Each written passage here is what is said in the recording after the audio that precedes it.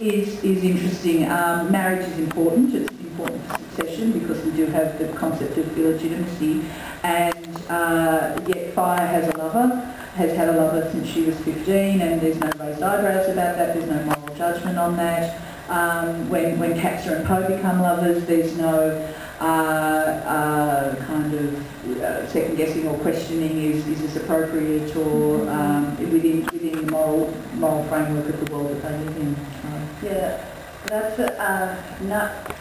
I mean, you kind of hit upon a crack, to be honest, because I didn't really. I mean, that's the story that came to me and that I wrote, and those are the characters that came to me and that I wrote, but I didn't really address that. I mean, in the sense that I think what I was doing was writing a very modern day story, and I mean, that's my explanation for that. I kind of think that's, we live in a society where marriage is very important, but to some people it's not.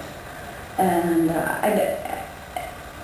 I mean, I'm sure that I wouldn't be surprised if there are people in the world who do have a problem with what they do, and there are certainly people in this world, which is one of the reasons I no longer have a public email address, who have a serious problem with it. But I mean, I think that's kind of it. I was trying. It is kind of, you know, an old-fashioned world, but maybe with today's sexual politics.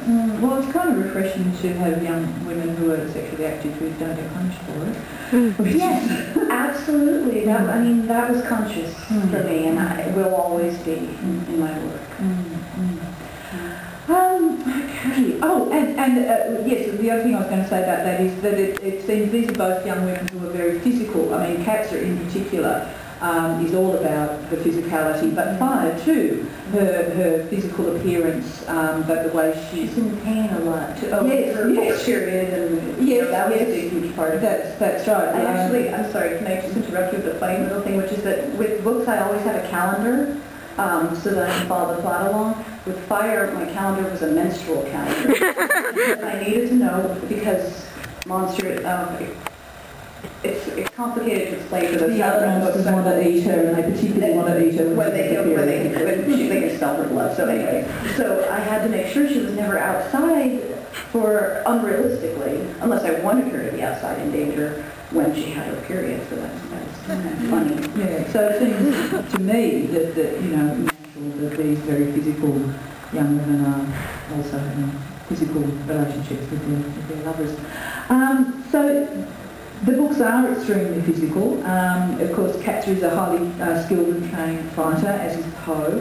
And there are obviously so many fight and battle scenes in both books, and scenes of extreme physical endurance, particularly in Graceling with Katza and Bitter Blue, with the Grell's Pass and the crossing between the two kingdoms. It's fun to write. But extreme physical, you know, conditions. There's one thing in particular, I don't know if people remember, in Graceling where Poe has been injured in the battle with Lek, the psychopathic king, who's a fantastic character. We won't have time to talk about him, I don't think. But Katza has to leave him behind in order to escape with Bitter Blue, the king's daughter, who he is determined to capture back. Yes. Poe has to stay and hide himself, and his grace is that he can know what people are thinking about him when they're thinking about him, but that grace grows and develops during the course of the novel, and he's actually able to know when there are animals around, and then to be able to sense the physical world. To sense the physical world for his grace. And he knows that there's an underwater cave, like a waterfall with